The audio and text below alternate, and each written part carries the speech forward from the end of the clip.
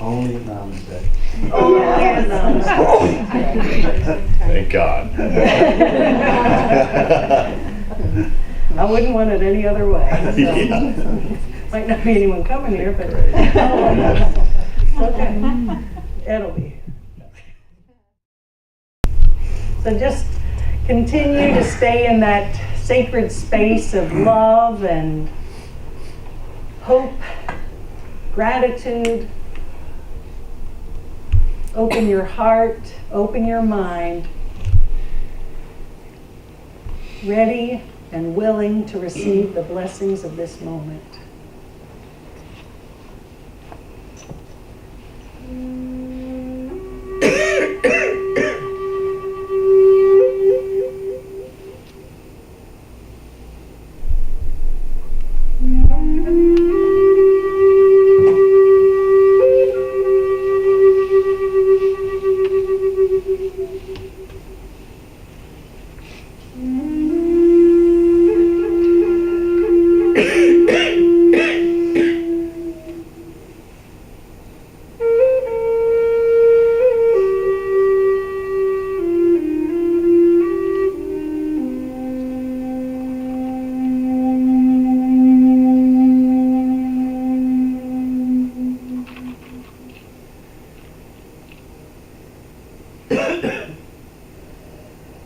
Be still and know that you are holy, you are divine, you are the totality of love. Allow this truth to permeate your entire being, washing clean, renewing and restoring every thought in your mind and every cell in your body.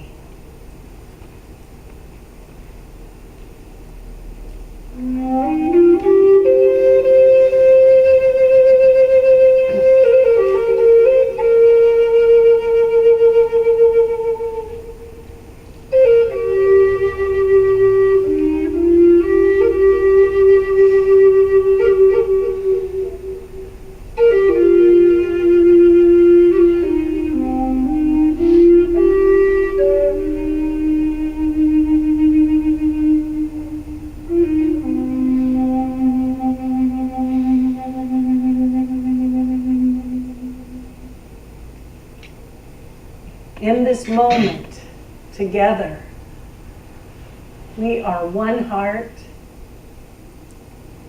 co-creating a vortex where every thought, every request that enters can't help but be transformed by this energy. We are powerful beyond measure. We are beings of light. We are peacemakers.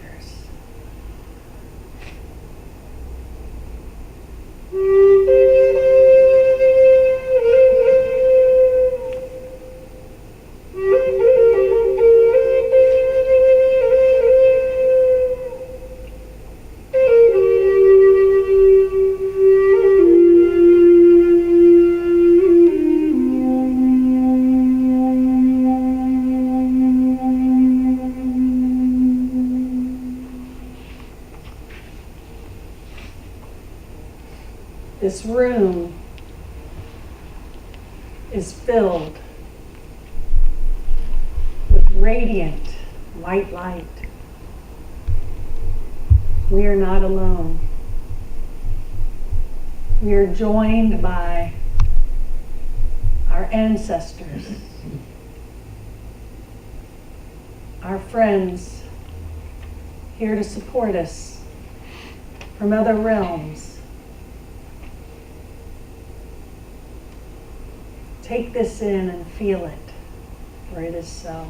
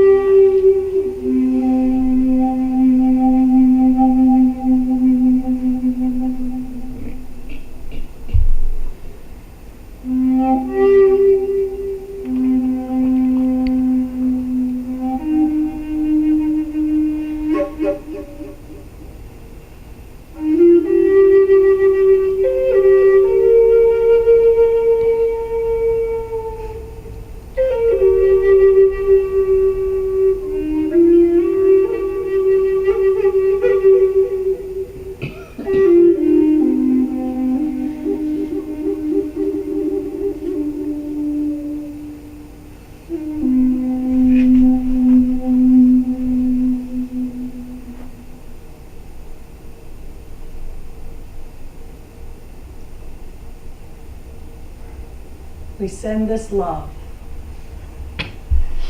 this light, to our community, to our world.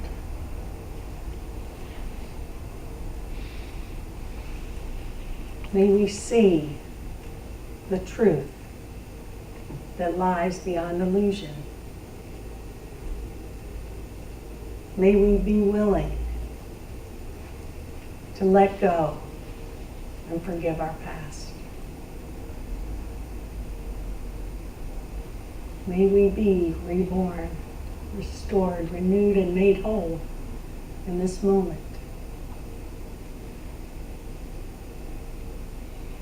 Holy Spirit, we thank you so much for your continued support and love and blessings. May we have the wisdom and the courage and the strength to be led by your love in all we do. May we focus on gratitude, peace, and oneness. And may your will be done. And so it is.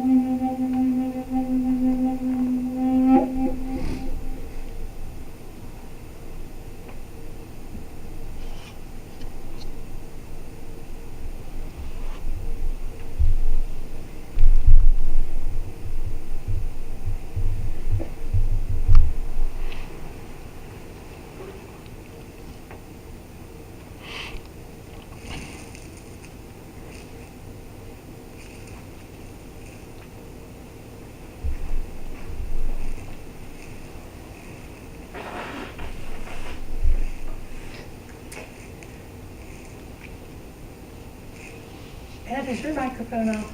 Sounds kind of crackly. Something's crackling. Mine on? Low?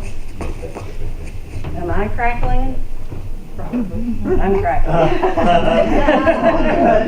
Okay. It's okay to crackle. Yeah, that's right. Okay, so a few weeks ago, many of us had the real pleasure and blessing to be here with Lyndon Harris for his Forgiveness Weekend, Journey to Forgiveness. And it was, I still often go back to just how precious and wonderful and powerful that weekend was. And the next year, 2018, is our Namaste Journey to Forgiveness, because regardless of all the wonderful teachings out there, and they all are wonderful, it's all about forgiveness. It's all about being present, seeing the world through the eyes of love. That's true forgiveness. Relinquishing judgment. That's how we heal ourselves, each other, politics, fear, sickness, everything. Because we're not choosing to identify with illusion anymore, but true forgiveness and true vision. And his friend, Fred, who came, is a retired priest from New York. He worked with Lyndon up there in New York, and really cool guy. You could feel his energy. He was a wise soul, very grounded, and just open-minded. And we were having lunch, a few of us, during the break, and he said a statement, Fred did, and he talked about spirituality being free, open, and evolving. And I love that. I just thought, oh yeah, free, open, and evolving. And people often say, well, what's the $1,000,000 tough question is, what is the Namaste Center, and what do you all believe? Well, just tell them we're free, open, and evolving, because that's about the truth. And I found a lot of, I was like, yeah, that is who we are. And for some people it seems crazy, like no plans, no goals. That's not necessarily totally the case, but large part. Because, to be free, open, and evolving, what that means is I have to be willing to let go of how I think it's supposed to be. And I am totally, determined and open and free and evolving in a sense that I want Spirit to totally guide us, lead us, and direct us in everything we do, whatever that looks like. And so, the Sunday services, last week was a little intense for some people. We had an All Saints, All Souls service. And the aftermath of that is, I heard a lot of people very, very touched and healed by that experience. And it shook up a lot of things because, what do we talk about? Death. That's not a real happy, joyous subject a lot of the times. But as A Course in Miracles says, there is no death. The Son of God is free. We are eternal beings. And, this whole idea, this past year, just a week ago, yesterday, Terry passed away. A month later, my father. 6 months later, my mother. And yes, it was sad and a grieving time. But, when I think back, I know that they're all still here with me and with us. And I know all of our ancestors are here filling this room, guiding us and holding our hands along the way. And so, some Sundays the service may be very solemn and very heartfelt, very intense in some respects.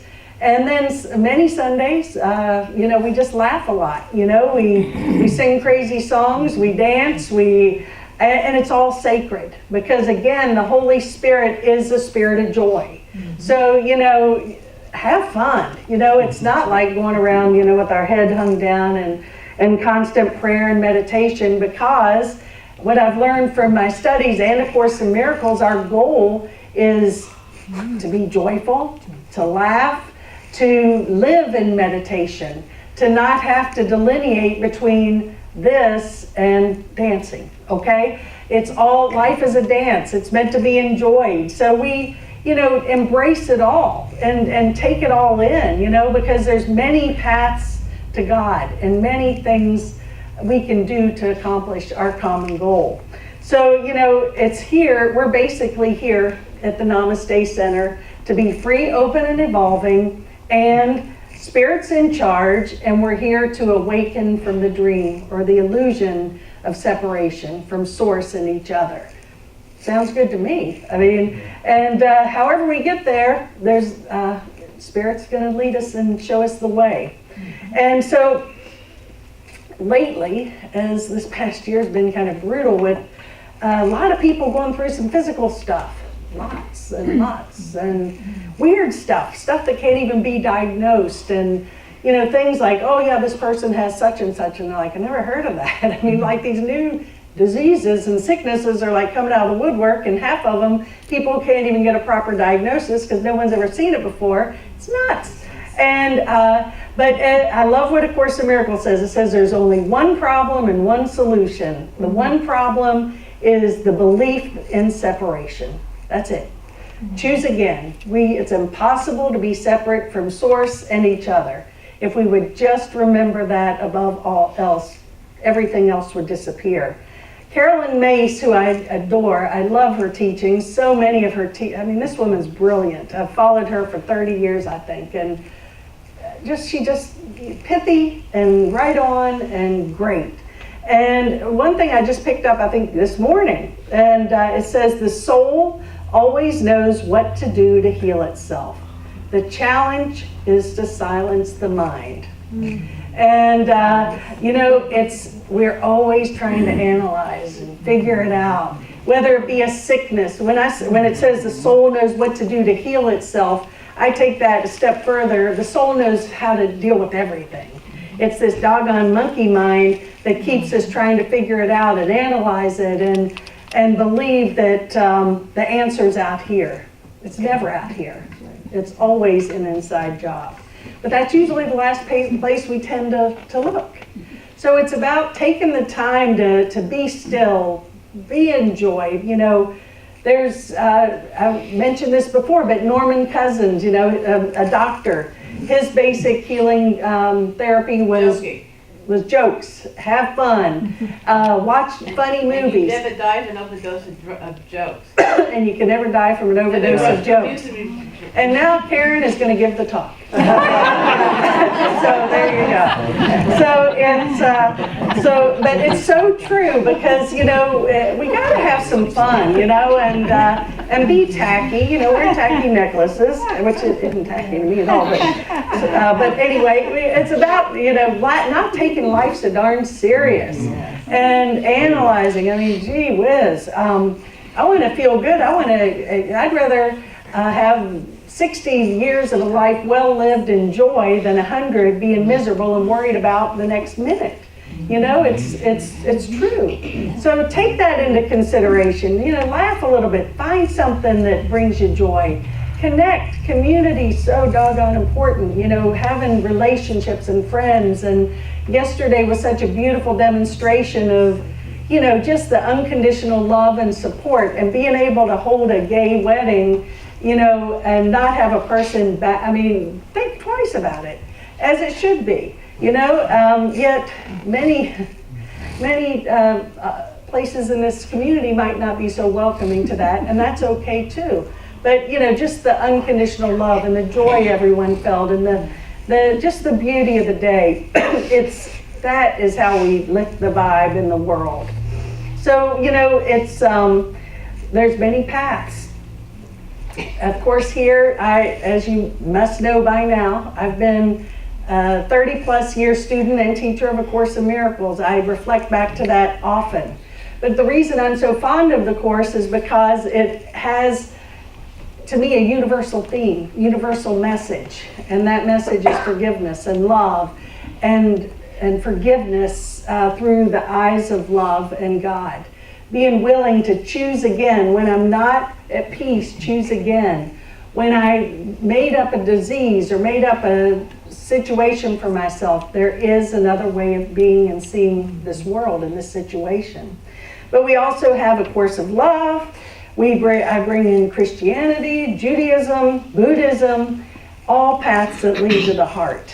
And that's really, I believe, the common denominator of all spiritual paths, or the common goal, is to get us to that place. And I don't think we have to get to that place through fear and judgment and condemnation, and by all means, and boredom. We don't want to sit in church and just be yawning. We want to be inspired and uplifted. Well, lately, anyone familiar with this book, The Way of Mastery? We used to teach this at our center in Florida, and I loved it. And I think that this is something that you're going to hear a lot of from me in the new year. It's fabulous. It's inspired by Jesus. It's believed to be channeled by Jesus. And the messages in here are, I hadn't read it in years, probably 15 years, and just a couple of people had brought it up lately, and I said, I'm going to check this back out. And I couldn't find my copy, so I ordered one. And boy, I'm glad I did. It's beautifully written. And this is a message from Jeshua, and I think that this is what we're all here to realize. And he starts off and says, I promise you this. If you become wholly committed to the awakening from the dream that you have dreamed since the stars first began to appear in the heavens, and if your one desire is to be only what God created, then lay at the altar of your heart with every breath everything you think you know, everything you think you need, and look lovingly upon every place that fear has made a home in your mind, and allow correction to come. It will come. Regardless of how you experience it, it will come. And the day and the moment will arrive, and all of your pain and fear of suffering will have vanished like a wind that perishes. Excuse me. I got to turn on more light. I apologize. This happened to me yesterday during the wedding. Okay. That's an illusion I just made up as bad as my eyes.